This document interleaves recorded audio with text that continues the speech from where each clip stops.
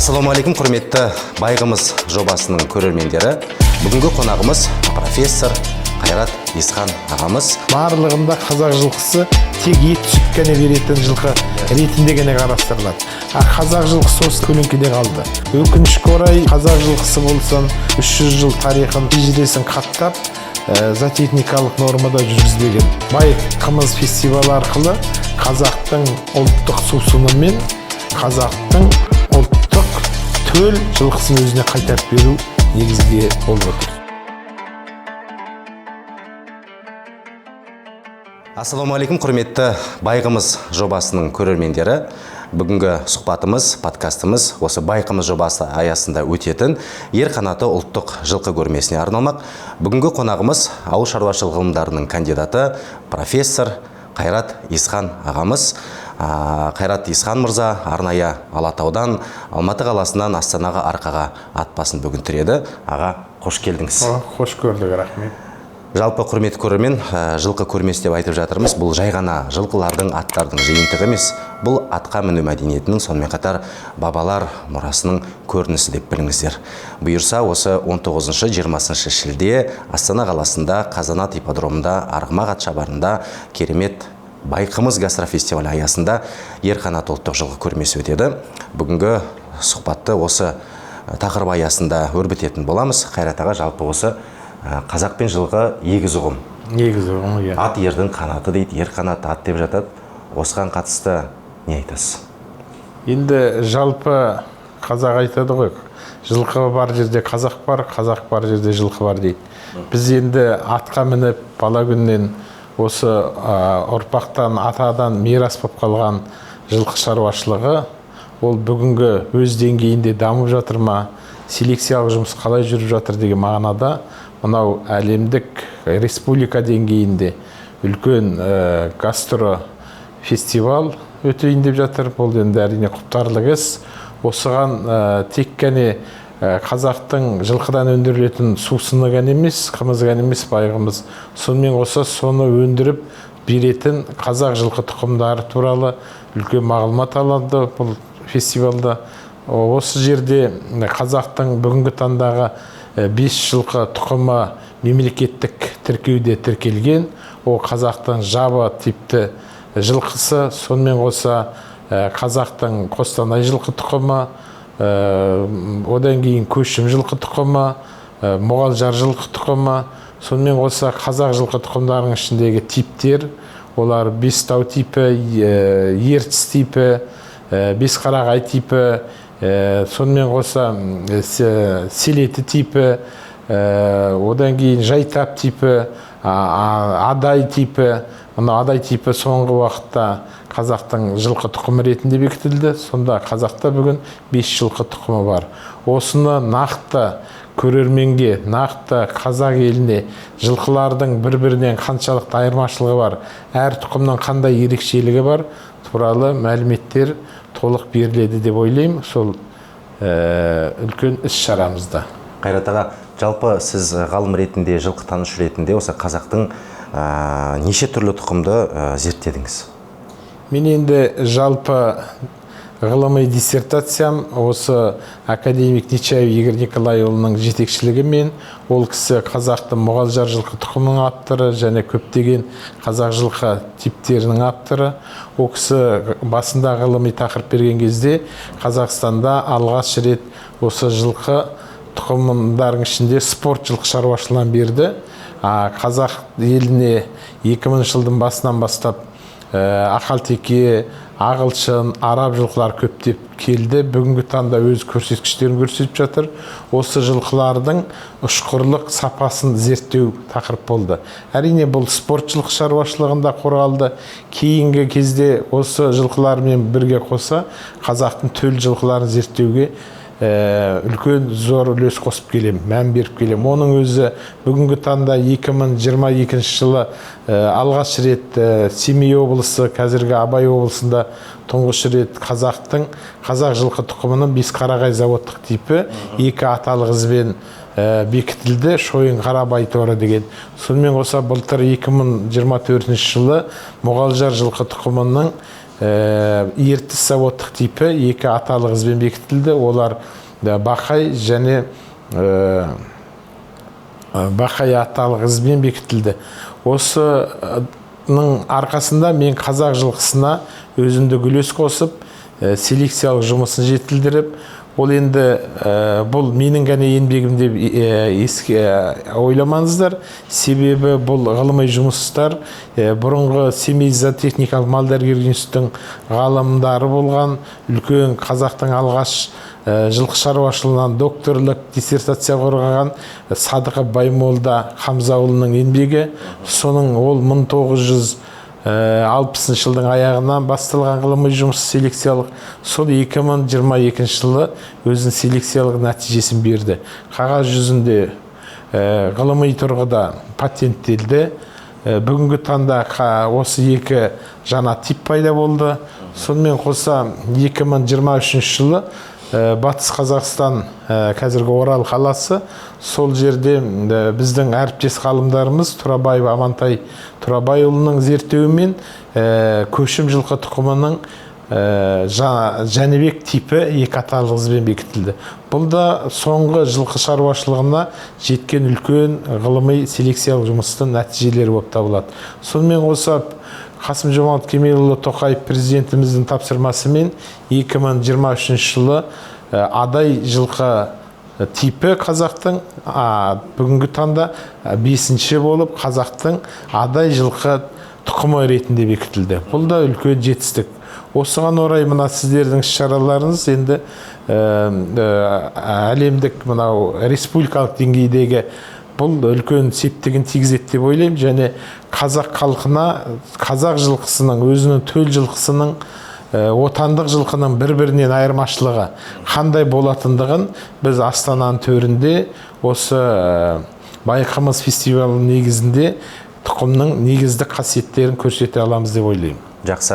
Аға, енді жалпы жылқы деп жатса, бірден көз алдыңызға кей кезде ағылшын жылқысы, араб жылқысы, сол сияқты басқа да тұқымдас жылқылар келіп жатады. Ал енді жаңа өзіңіз айтып отырғандай, өзіміздің қазақи жылқы тұқымдары адай, көшім, мұғалжар, жабы, қостанай жылқылары. Енді осы жылқылар жалпы айтып кете аласыз ба? Қай өңірде, мысалы, адай жылқылары көп, немесе мұғалжар, көшім деген сияқты елімізде? 99% жылқымыз ол өнімді бағыттағы жылқы шаруашылығы болып есептелінеді. Соның ішінде қазақтың жабы типті жылқысы қазақ елінің 4 аймағында да өсіріледі, батысында да, солтүстігінде, шығысында да. Ал енді соның ішінде көшім жылқы тұқымы Батыс Қазақстан, Орал, Атырау, Ақтөбе облыстарында негізінен өсіріледі. Енді шығыс, орталық Қазақстанда аз мөлшерде өсіріледі. Ал мұғалжар жылқысы ол да Ақтөбе, Қарағанды, қазіргі жаңа атап кеттік Семей, Абай облысында, орталық Қазақстанда, Павлодар, осы жақта да өсіріледі. Ал кейінгі тұқым ретінде бекітілген адай жылқы тұқымымыз ол Маңғыстау облысы, сонымен қоса Атырау, Қызылорда облыстарында өсіріледі. Оның таралу аймағы аздау. Ал енді мынау оңтүстік өңірде қазақтың қарабайыр жылқылары, бірақ ол енді тұқым ретінде қазақтікі деп бекітілмеген, ол Өзбекстанның жылқысы деп бекітілген, бірақ шығу негізі тегі қазақтың жерінен шыққан. Кезінде біздің ата-бабамыз оны селекциялық жұмыс жүргізіп келіп, Совет үкіметінде аудандарды басқа мемлекетке берген кезде біздің оңтүстіктегі мынау Шымкенттің маңайындағы аудандарымыз Өзбекстанға өтіп кетеді. Сондықтан қарабайыр жылқы Өзбекстанның жылқысы есебінде бекітілген бүгін. Сондықтан оңтүстіктің жылқылары ірілеу, бойлары сидан, былай айтқанда міністі жегісті бағытқа бағытталған. Ал қалған облыстың жылқылары ол төзімді, жуан, жалпақ, етті, сүтті бағытта белгіленген. Сонымен қоса Қостанай жылқысы бұрынғы кеңестік үкіметте бүкіл аймаққа таралған болатын. Бүгінгі таңда енді сан азаюына байланысты, басқа жылқы тұқымдарының келуіне байланысты Қостанай жылқысы тек Қостанай облысында ғана негізінен сақталып келеді. Жалпы Қостанай жылқысы ең алғаш қай жылы апробацияланған? Қостанай жылқысы 1951 жылы апробациядан өтті. Ол 3 негізгі тип ретінде өтеді. Негізгі бағытта міністі, жегісті бағыттағы жылқы мінуге де болады, жегуге де болады. Және өсіру мәдениетіне байланысты мәдени жайылымда өсіріледі. Оны ұзақ мерзімде қысы-жазы жайылымға жібермейді. Тек шашпаларда жайылымда мәдени өсірілген шөптің арқасында өсіріледі. Оның міністі типі де бар, негізгі типі бар, сонымен міністі, жегісті типі бар. Жалпы бұл шығу бағыты мал бағуға бейімделген. Сонымен қоса кеңестік үкіметте олар кезінде бұл жылқы бәйге жылқы ретінде қарастырылды. Енді жан жақта жаңағы әмбебап жылқы ретінде сұлу, әдемі. Одан кейін бұлар Қостанай жылқысының бәйгесі, шұқыр бәйгесі жеке болды. О кезде ол жаңағы жылдамдығы жалпы ағылшын жылқысының жылдамдығына жақындап қалды, енді шұқырлық сапасы. Жалпы сонда Қостанай жылқысының конституциясын ұқсатуға болады, ағылшын жылқысының? Қостанай жылқысын шығу тегінде қазақтың элита биелеріне ағылшын жылқысының айғырлары салынады, оған дон жылқысының айғырлары салынады. Осы күрделі селекциялық жұмыстың нәтижесінде 4 жылқы тұқымының қосылысынан туған құлындарды, будан құлындарды бір-біріне шағылыстыру арқылы 1951 жылы міністі, жегісті тұқым ретінде қалыптасты. Демек, ағылшын жылқысына қан отырғандықтан ол бәйге шұқыр, жылдам жылқы ретінде. Ал дон жылқысының қан отырғандықтан ол биек, бойшан. Қазақ жылқысының қан отырғандықтан төзімді, өміршең, төлдегіш қасиеттер қазақ жылқысынан береді. Сонда әр жылқының қасиеттері бір жылқы тұқымның бойында сақталынады. Бұл енді селекциялық жұмыстың жетістігі, нәтижесі. Жақсы. Енді аға, әлемге әйгілі болған Абцент жайлы сұрағым келіп отыр сізден. Жалпы осы Луговой заводында кезінде енді әртүрлі деректерге сүйенсек айтып жатады, ол қолтума деп жатады, немесе басқа да ақпараттар бар ғой. Жалпы осы Абцентке қатысты келетін болсақ, тұқымына қатысты не айтар едіңіз? Енді жалпы Абцент деген жылқымыз қазақтың, бұл қазақ халқын әлемге танытқан жылқы. Бұндай жылқы бүгінгі таңда әлі ондай жылқы қазақты танытқан жоқ. Себебі Абцент Олимпиаданың 3 дүркін чемпионы болды. Ол мәнерлі жүрістен алады. Ол бәйге емес, ол мәнерлі жүріс, орысша выездкадан алынады. Ал енді бұл жылқының шығу тарихы, негізгі бұл Абцент Ақалтеке тұқымдас жылқыға жатады. Тұқымы Ақалтеке. Бұның Абценттің әкесі Қазбек, немесе Арап деген лақап атпен танымал. Арап деген Арап тұқым емес, аты кличкасы Арап, Қазбек немесе. Қазбек 1945 жылы Ұлы Отан соғысы біткен кезде генерал Жуков парадқа мінеді. Сонда бүгінгі таңға дейін олардың суреті, видеороликтері бар, деректі фильмдерде сақталған. Сол Арап айғырды... Ол таза Ақалтеке? Ол таза Ақалтеке. Көк түсі көк, қара көк болған, кейін ақ көк бозғайланады. Сол кәртейген уақытында Будионный деген жылқы зерттеуші, жылқы асылдандырушы Будионный Қазақстанға келеді. Сол Қазақстанға келген кезде біздің Луговой жылқы заводына тәнті болады, жылқыларына ұнатады. Содан кейін соның приказымен Арап Қазбек ол Қазақстанға пойызбен эшелонмен жөнелтіледі. Сол Қазбек деген Арап айғыр Қазақстанға Луговой көне заводына, жылқы заводына түседі. Сол жерде айғырлық қасиетін сақтайды ол. Ол кезде ол 20-дан асқан кезі. Сол қазақтың сол жердегі Ақалтеке тұқымдас Баққара деген қарақасқа бие болады.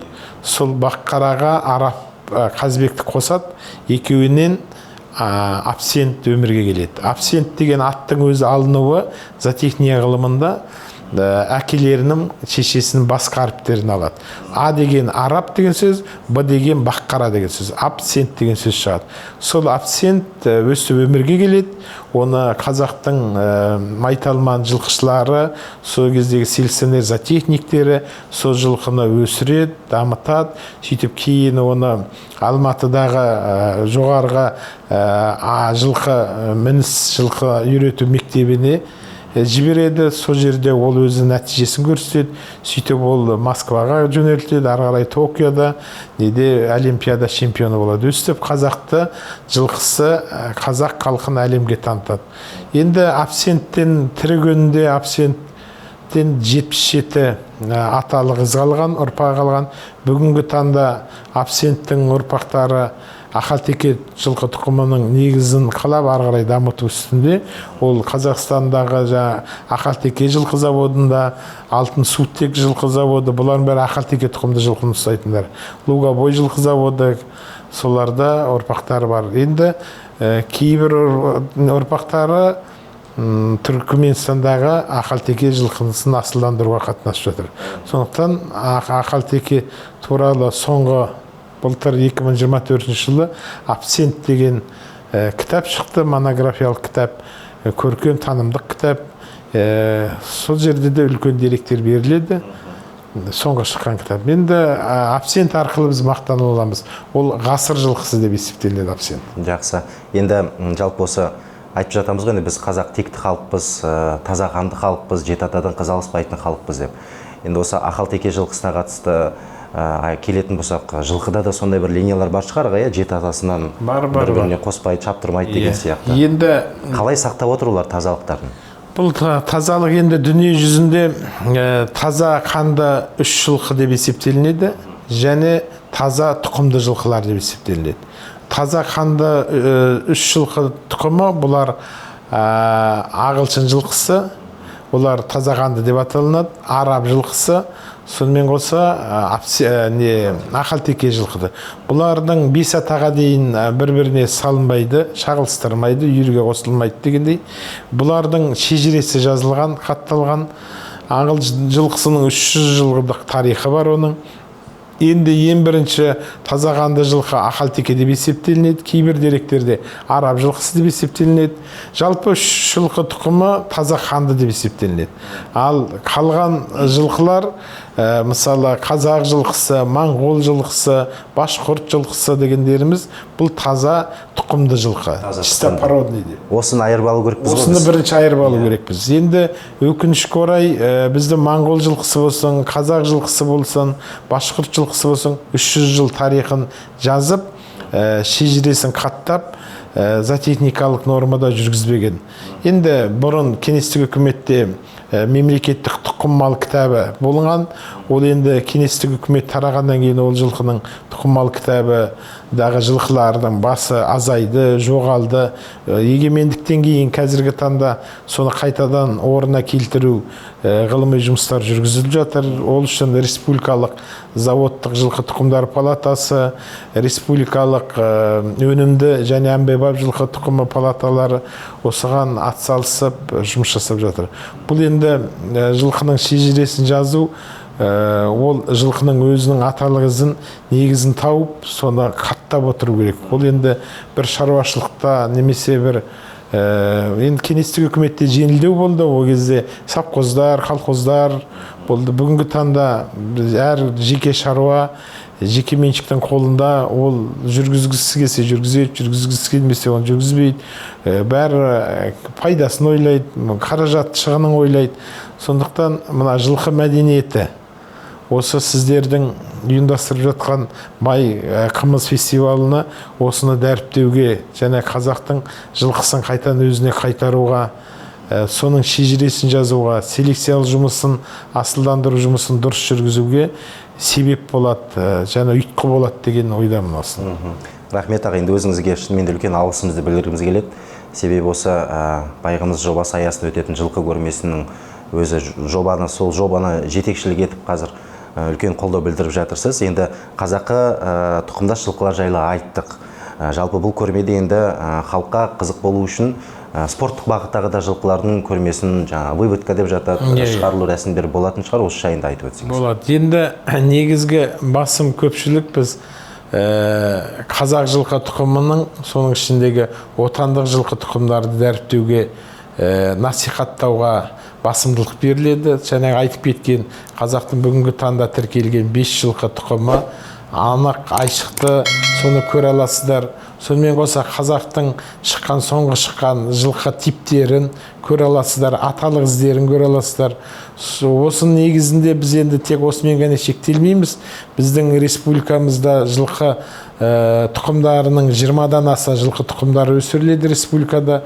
Ол әр бағытта, спорт бағытында, міністі жегісті бағытта деген жылқы тұқымдары осы жаңа конкурге, немесе кедергілерден секіруге, немесе үш сайыс троеборье деген кәсіби ат спортына, классикалық ат спортына, ұлттық ат спортына, көкпарға, будан жылқылар қазір шығып жатыр. Осылардың барлығын осы бай қымыз фестивалі арқасында таныс боласыздар. Сондықтан осы көрмеде көрме ұйымдастырамыз. Көрме негізінен қазақ жылқысына негізделеді. Сонымен қоса көрермендердің көзайымы болу үшін әртүрлі шетелден келген жылқы тұқымдарында көрме есебінде жәнегі көрініс ретінде көрсете аламыз. Осыны келіп көрулеріңізге, тамашалауларыңызға әбден болады, көңілдеріңізден шығады деп ойлаймыз енді. Рахмет аға. Енді жалпы біз білеміз ғой, бірақ кейбір жас буын өкілдері менен сұрап жатады. Осы сұраққа өзіңіз жылқытанушы ғалым ретінде, профессор ретінде жауап берсеңіз. Не себепті қазақ тұқымдары заманауи спорт түрлерінде сирек қолданылады, тіпті қолданылмайды? Не үшін? Енді бұл өте күрделі, әрине ойландыратын сұрақ. Мен басында да айтып кеттім, қазақ жылқы тұқымы негізінен біз жайылымда, қысы жазы жайылымда өседі. Негізінен өнімді бағыттағы жылқы деп бағытталған. Енді ата бабаларымыз бізге дейін мирас болып сөздер қалдырылған. Мысалы арғымақ, тұлпар, дүлдүл, сәйгүлік деген осы жылқылар мүмкін сол заманда жылқы тұқымы ретінде болуы мүмкін. Мүмкін біздің қазіргі заманда олар сөзде қолданыста ғана бар да, бірақ сол жоқ. Ал енді біздің жылқы, қазақ жылқысының негізгі ғылыми зерттеу жұмыстарын басқа ұлттар жазған. Мүмкін бүгінгі таңға дейін ғылыми зерттеу әдебиеттерді оқысаңыздар, барлығында қазақ жылқысы тек ет сүт қана беретін жылқы ретінде ғана қарастырылады. Бірақ біздің дүлдүл деген сөз, арғымақ, қазанат деген сөздер қайдан шықты? Демек, сол заманда ата-бабаларымыздың, сол кезде олар бәйгенің үйірін, бәйге жылқының табының бөлек ұстаған шығар. Мүмкін оны арғымақ жылқылар деген шығар. Енді арғымақ жылқыға қазір біз ақалтеке мен қазақты қоссақ арғымақ шығады деп пайымдаймыз, немесе арапты қоссақ пайымдаймыз. Әрине, олар арап та өзі әлем мойындаған тұқым ретінде, ақалтеке де әлем мойындаған тұқым ретінде. Қазақ жылқысы осылардың арқасында көлеңкеде қалды. Көлеңкеде қалған жоқ, енді өзінің өнімдік қасиетін беріп отыр бүгінгі таңға дейін.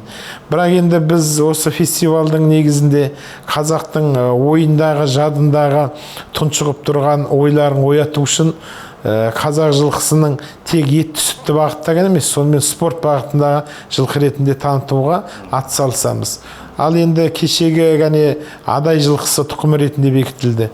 Ол мысалы 60 шақырымдық, 120 шақырымдық, 160 шақырымдық бәйгелерде осы адай тұқымдас жылқылар өзінің нәтижесін көрсетіп жатыр. Бірақ ол әрине бүкіл әлемге паш етілмейді, өйткені ол өзі сирек болатын жарыстар. Соның ішінде енді біз 1-2 ақ жылқы алып барамыз. Оны алып бару үшін алдымен жылқының құжаты дұрыс болу керек, рәсімделу керек, оны тұқым ретінде танылу керек. Осындай ол Қазақстанда ғана емес, бүкіл әлемдік жылқы регистрациясына тіркелу керек ең бірінші. Біз енді әлі біз республикалық деңгейден шыға алмай жүрміз. Біздің жылқылар әлемдік жылқы қорына тіркелу керек. Енді бүгінгі таңға дейін қазақ жылқы тұқымы деген атпен де танымал емеспіз біз. Біздің қазақ жылқысы қайсы десе, әлемдік тіркелуде, жылқы тіркелуде қазақтың жабы жылқысы деп тұр. Ал басқа, мысалы, моңғол жылқы тұқымы деп тіркеліп тұр. Башқұрт жылқы тұқымы деп тіркеліп тұр. Осыған да мән беру керекпіз. Бұл жай ғана сөз емес негізінде. Оны кім жасау керек? Оны осы селекционер ғалымдар, шаруашылықтар, мемлекеттің тарапы мүддесі болу керек. Ауыл шаруашылық министрлігінің мүддесі болу керек. Ол ғалым оған барып айта алмайды. Оның барлығы мемлекеттік практикалық тұрғыда немесе талап қойып, солар қолдау жасап, осы жұмыспен шұғылдану керек, біздің жылқыда тіркелу керек. Сонда біз бүгінгі 5 жылқы тұқымымыздың ішінен спорт бағытындағы да жылқыны бөліп алуымызға болады. Өйткені ол бізде болған жылқы, бірақ біз ауыз әдебиетпен ғана қалып қойып тұрмыз. Бүгінгі заман ауыз әдебиетті талап етіп тұрған жоқ. Бүгінгі заман қазіргі нақты фактімен, нақты іспен, дәлелмен сол жылқыны көрсету керек. Енді оған бүгінгі таңда, 2000 жылдан бері Қазақстан еліне шетелдік бәйге жылқылардың келуіне байланысты, соларды қазақтың атбегілері өздері үйретіп, өздері бейімдеп, жәнеге баптап, соның негізінде қазақтың қолтума жылқылары пайда болып жатыр. Ол қолтума жылқы деген шетелдің жылқысы, мысалы ағылшын жылқысы, бірақ Қазақстанда туылған, қазақ елінде бейімделген, табиғатына бейімделген, оңтүстігіне, солтүстігіне, шығысына, батысына. Сол жылқылар бүгін өз нәтижесін көрсетіп жатыр. Осыны ғылыми тұрғыда негіздесек, ары қарай оны дамытсақ, бір жүйемен, бір әдістемелікпен, оны жылқы тұқымы шығу үшін міндетті түрде 2 жылқы тұқымы қосылу керек. Оны будан дейміз. Оған жалпы қанша жыл уақыт кетеді? Оған бір жоқ дегенде 15-20 жыл, ең жоқ дегенде 30-40 жыл кетеді. Өйткені бір жылқыдан біз тұқым алу үшін 1 жыл күтеміз. Ол өзі нәтижесін көрсету үшін 2 жастан, 3 жастан бастап бәйгеге қосылады. Одан ол бәйгеден шыққаннан кейін айғыр болу керек. Оның құлыны қайтадан 1 жыл құлын болу керек. Одан кейін ол тағы 2-3 жасқа келу керек. Сонда осы жылдар есептеген кезде бір 20 жылдан кем емес. 4-ші ұрпағы атасының тегінің қайталап беретін болса, онда селекциялық препатенттілік дейміз, тұрақты генетикалық қасиеті тұрақталды. Демек бұл бәйге жылқы тұқымы немесе типі ретінде апробациядан өтеді. Бірақ бүгінгі таңда енді мен айтпағым, қазақтың атбегілері өзінің лайықты, ұлттық ат ойындарына лайықты бәйге жылқысын шығарып жатқан жағдайы бар. Біз осы байқымыз фестивалі арқылы да, және осы сіздердің сұхбаттарымыз арқылы да қазақтың атбегілеріне мында бір рахмет айтып отырып, осыны ғылыми тұрғыда ары қарай зерттеп, монографиясын жазсақ, онда бір қазақтың бәйге жылқы тұқымы жоқ дегенде типі пайда болады болашақта. Бұл енді алдағы іс қой енді бәрі. Енді бәйге деп отырсыз. Жалпы осы бәйгеде енді ұшқырлыққа, жылдамдыққа бағытталғаннан кейін ағылшын жылқыларын шақырып жатады. Енді өзіміздің ұлттық ойынымыз көкпарға келетін болсақ. Көкпарда да қарасақ бір жартылай қанды жылқылар жүреді. Өзіміздің қазақ тұқымдас жылқылар жоқ деп айтуға болады, әлде мен қателесіп отырмын ба осы жағынан? Орынды, дұрыс айтып отырсыз.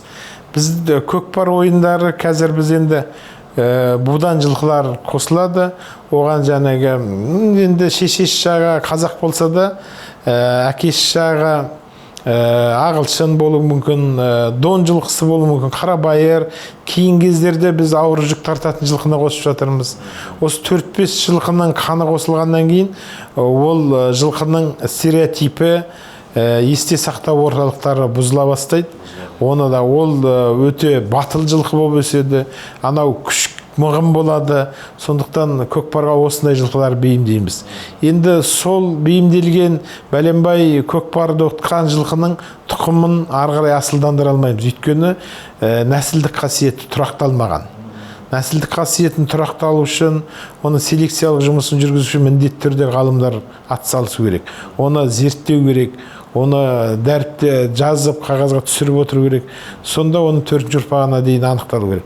Енді болашақта немесе жалпы көкпар ойын ойнайтын атбегілер, көкпар іштер, солар айтады, көкпар жылқысын шығарсақ деген. Бұл енді мақсат қойып, бір жүйені түрде зерттесек, ол да көкпар атын шығаруға болады. Ал енді бүгінгі таңда өкінішке орай енді біздің ұлттық ат спорт ойындарымызда жаңа бәйге, аламан бәйге, топ бәйгелерде, құнан тай бәйгелерде де 99% шетелдік таза қанды ағылшын жылқысы шауып жатқан жайы бар. Ұлттық жылқымыздың біреуі жоқ.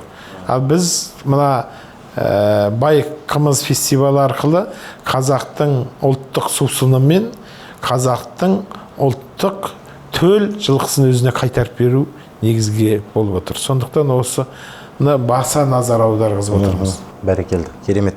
Енді жалпы осы еліміздегі жылқытану ғылымы қай деңгейде? Және де өзіңіз енді профессор ретінде қанша шәкірт тәрбиелеп отырсыз, жастар бұл салаға келіп жатыр ма қазір жалпы? Енді мүлдем жоқ деп айтуымызға келмейді. Жастар келіп жатыр, бірақ өте сирек. Ол тек қана жылқы шаруашылығы саласына емес, ауыл шаруашылығы, соның ішінде мал шаруашылығы саласына жастардың келуі өте сирек. Енді біз бәрібір аграрлық мемлекет болғандықтан мал шаруашылығымен шұғылдансақ та, шұғылданбасақ та, өсірсек те, өсірмесек те өсіреміз. Себебі ол өскеннен кейін оны асылдандыру жұмысы, біз шетелден асыл жылқы, асыл малды ала бермейміз, өзіміздің өнім болу керек. Оған міндетті түрде жастар келу керек. Әрине сирек. Енді мынандай дерек, біздің бүгінгі таңда жылқы саны 4.800.000 деп беріп жатыр қазіргі мәлімет бойынша. Енді осыны зерттеуші ғалымдардың саны бір 35-30-дай ғалым ғана. 4.800.000 бас жылқыны 30 ғалымға бөлетін болсаңыз нөл болады. Демек, бұл ғылымды ғалым міндетті түрде қажет. Әйтпесе біз шетелден кейін ғалымдар шақырамыз. Ол бірінші. Осымен қоса кейінгі енді ол жылқы ғалымы ғой. Ал енді жылқы бағатын, жылқыны өсіретін, жылқыны қалыптастыратын жылқышының өзі жоқтың қасы қазір. Сондықтан жылқышыны да, ол маманды да біз дәріптеу керек. Жылқышы қажет. Жылқышы деген қысы жазы жылқының артында, сол малдың соңында жүреді. Өйткені ол денсаулығынан айырылады, ол жылқыны өсіреді, дамытады. Сондықтан біз жылқышы деген әр шаруашылықта болсын, фермада болсын, жеке кәсіпке болсын, сол жылқышылардың мемлекеттік деңгейде зейнетақысын, зейнетке шығуын дұрыстап қадағалау керек. Сол ертерек шығу керек. Одан кейін оның зейнетке шыққан кезде зейнеті жоғары болу керек. Жаңағы осындай үлгіде болатын болса, онда жылқышы өсіретін жылқышыларды таба аламыз. Ал жылқышы болатын болса, онда жылқы болады. Жылқы болатын болса, оны ары қарай зерттейтін жылқышы ғалымдар, жылқыны асылдандыратын селекционер, зоотехник мамандар ары қарай жалғастырады. Осының бәрі енді жүйелену керек бүгінгі таңда.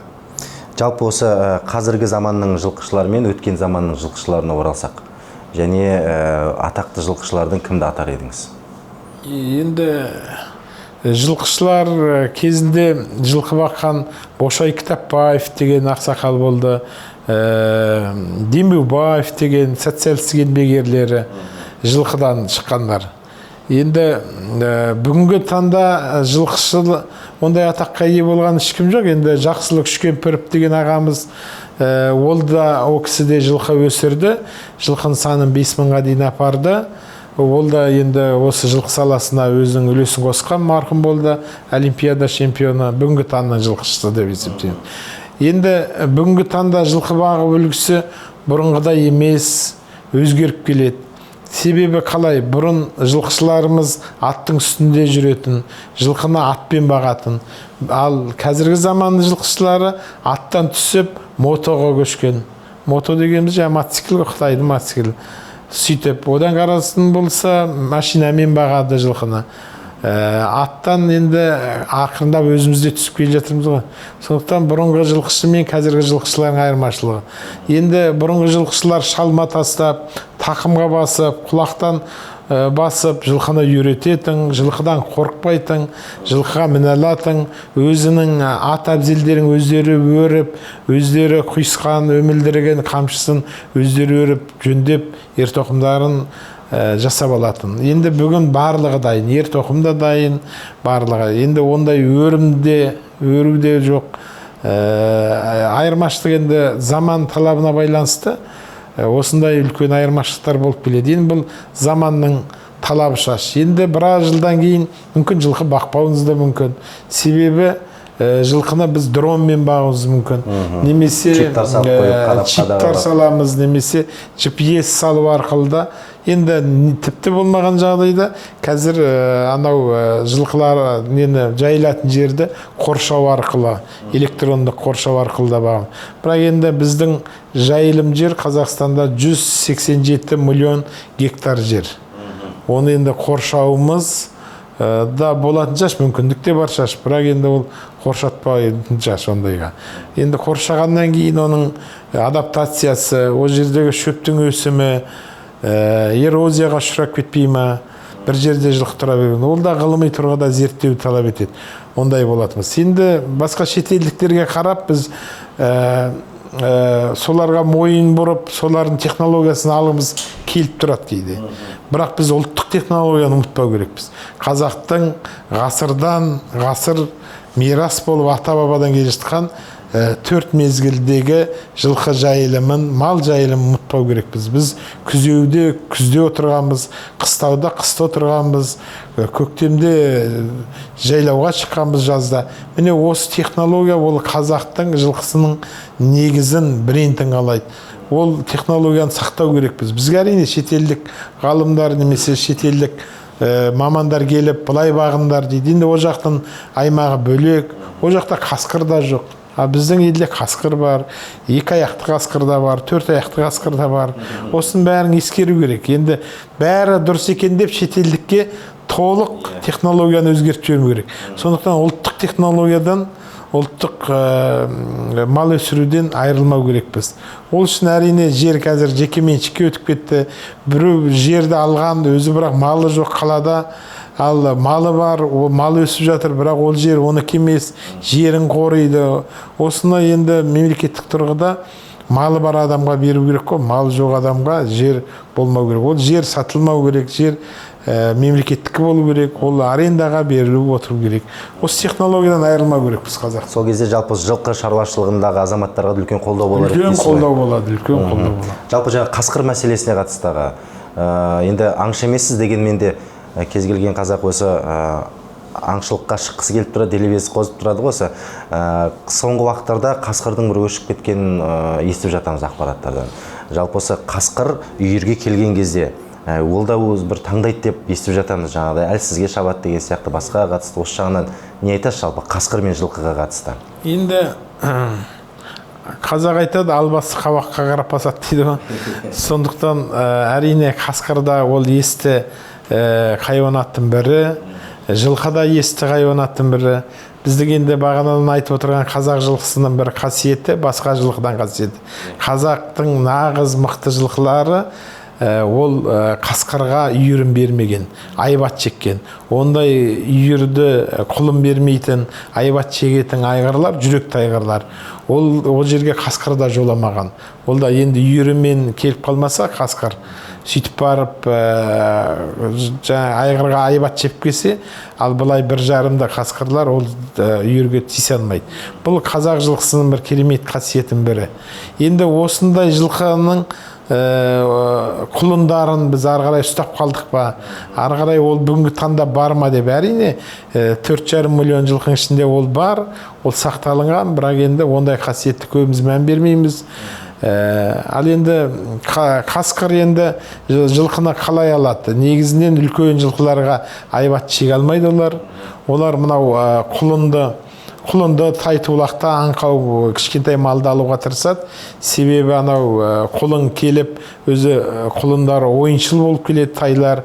Анау қасқыр бұлғандап жатқан кезде бұл не жат істеп, қызықтап, искеп келеді. Сол кезде анау еріне мұрнынан тістеп алып, тартып тұрып, анау жылқыны тартқан кезде жылқы талқаншақтай береді. Сол жіберкеп қалған кезде жылқы құлайды. Сөйтіп жаңа тамақтап кетеді.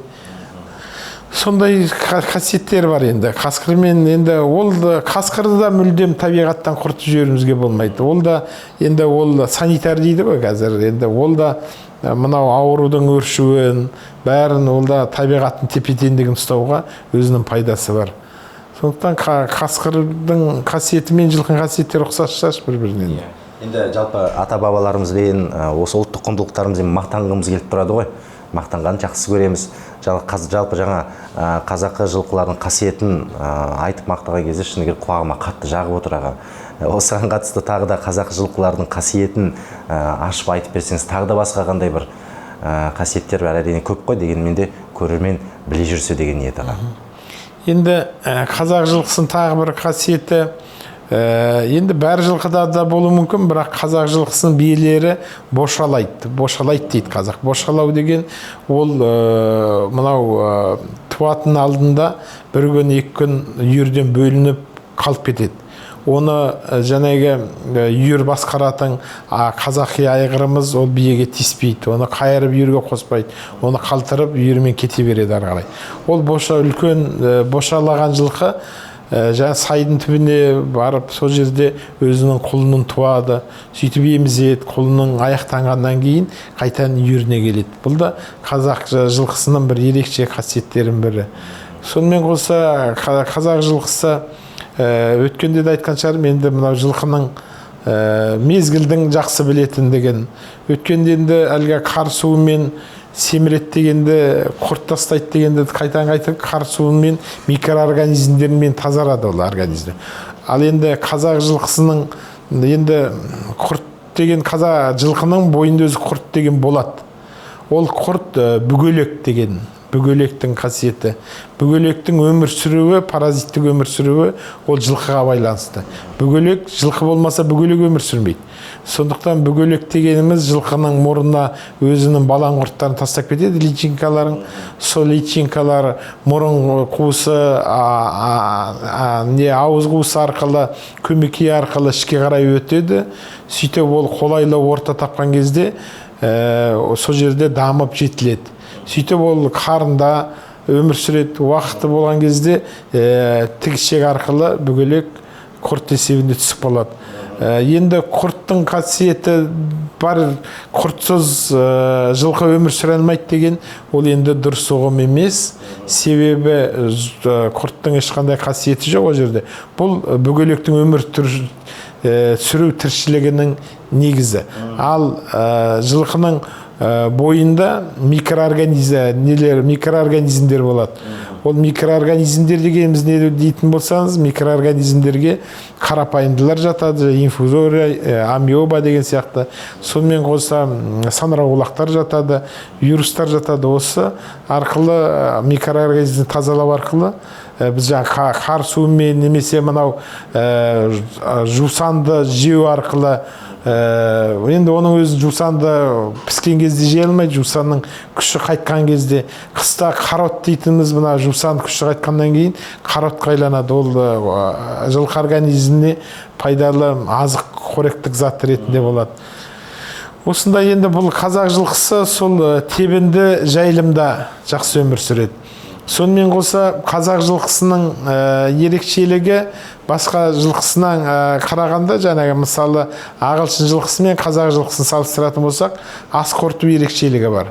Мысалы ас қорыту дегеніміздің өзі қоректік заттардың күрделі қосылыстар қарапайым затқа дейін ыдырау процесін айтамыз. Демек күрделі қосылыстарға оларға белоктар, майлар, көмірсулар жатады.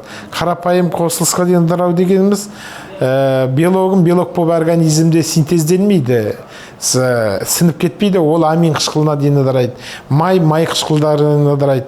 Осыны айтамыз. Себебі енді осының арқасында қазақ жылқысының ас қорытуында басқа жылқы, заводтық жылқы тұқымдарымен салыстырған кезде қазақ жылқысының қарын құрышы үлкен болады.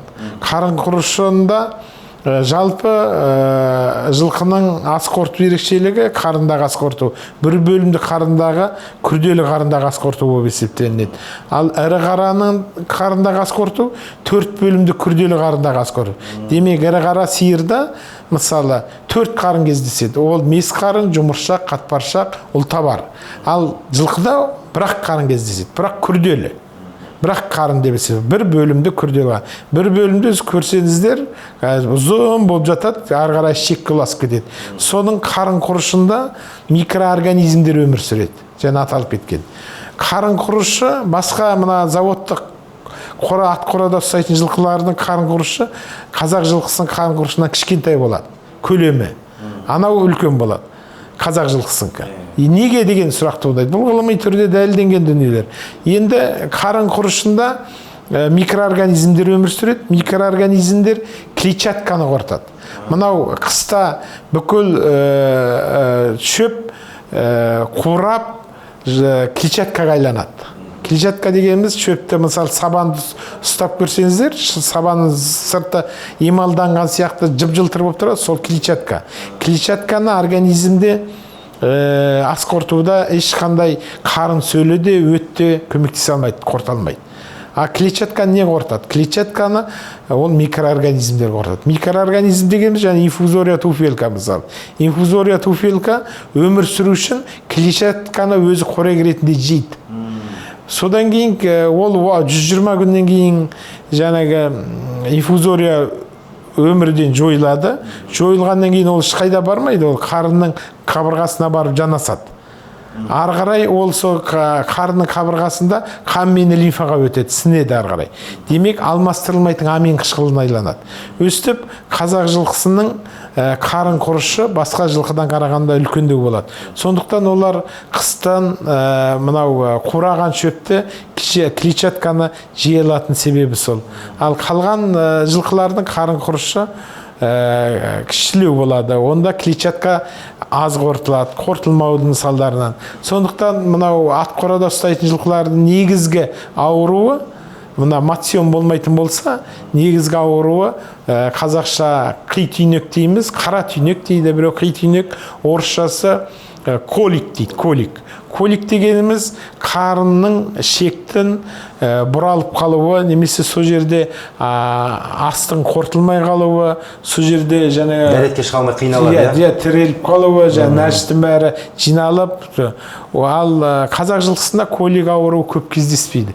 Себебі ол матсионы жоғары, қысы жаз жайылымда қарын құрышының көлемі үлкендігі, одан кейін микроорганизм жақсы жетілгендігі осыған байланысты. Колик ұстап қалған кезде оны кетіріп жіберу үшін қандай? Кетіру үшін әртүрлі дәрілер салынады. Соны енді ветаптекаларға барса дәрілер салынады. Ол колик болып тұрса, енді оны қарайды, нәж түспей тұрса, алдымен жаңағы тігішек арқылы не жасалынады, не құйылып. Кейде қызып тұрған атты келіп бірден қаңтарып қойса, суытпай. Сол кезде де колик ұстап қалуы мүмкін. Колик ұстап қалуы мүмкін, резкі қозғалыстан, резкі тоқтаудан колик. Енді колик дегеніміз жаңағы түйнек дейміз ғой, түйіліп қалу деген сөзден шығып тұр ғой. Түйіліп қалу деген жаңағы резкі қозғалып қалсаңыз, сол жерге қан бармайды, немесе шек түйіліп қалады дегендей.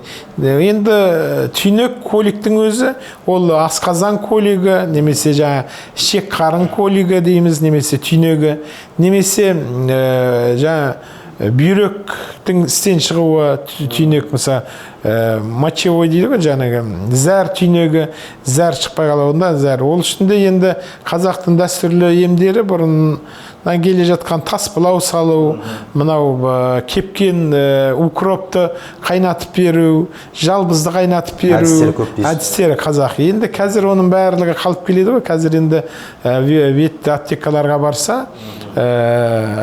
соның дәрілері бар, енді аузыма түспей тұр. Жақсы. Я Қайрат аға, көп рахмет. Мен ойлаймын, бүгінгі көрерменге көріп отырған сұхбатты жалпы ғылыми тұрғыдан да, қарапайым тілмен де қазақы жылқының қадірі мен қасиетін ашық жеткізе алдыңыз. Үлкен рахмет. Мен ойлаймын, сіз тек қана ғылыми тұрғыдан емес, жүрекпен де осы айтылған сөздеріңіз осы сіздің осы үлкен біліміңіздің себебінен, сондықтан да өзіңіз сияқты шәкірттеріңіз артыңыздан ере берсін. Болашақта өзіңіздей ғалымдар, профессорлар көбейе берсін. Аттан түспеңіз, аман болыңыз. Рахмет. Алғысымызды айтқымыз келеді. Енді осы тұрғыда құрметті көрермен, байқымыз подкаст жобасын көріп отырған көрермендерге хабарлама айтқымыз келеді. Тағы да өздеріңізге мәлімдеме, осы жылы шілденің 19-20 күндері Астана қаласындағы Қазанат Арғымақ ат спорт кешендерінде үлкен байқымыз бапталған ұлттық тағамдар гастрофестивалі өтетінін хабарлаймыз. Және де осы фестиваль аясында керемет ат, ер қанаты ұлттық жылқылар көрмесі өтеді. Осыған байланысты құрметті өңір, осы еліміздің, республикамыздың жылқы шаруашылығы қожайындары сіздерді осы біздің ер қанаты ұлттық көрмесін қолдауға шақырамыз. Егерде сіздерде Мұғалжар, Көшім, Қазақтың жабысы, Адай, Қостанай жылқылары бар болса, төмендегі көрсетілген нөмерге хабарласыңыз, және де өзіңіз қолдау білдіріп, жылқыларыңызды, айғырларыңызды осы көрмемізге алып келіңіздер. Халыққа көрсетейік, қазақтың жылқысы қандай болатынын ел көрсін, халық көрсін, жастар көрсін. Сондықтан да баршаңызға үлкен алғысымызды айтқымыз келеді. Ер қанаты ат дейді, ерлеріміз мықты болсын, еліміз аман болсын, көк туымыз көгімізде мәңгілік желбірей берсін, қазақ елі жасасын. Көп рахмет. Келесі жүздескенше дін аман сау болайық ағайын.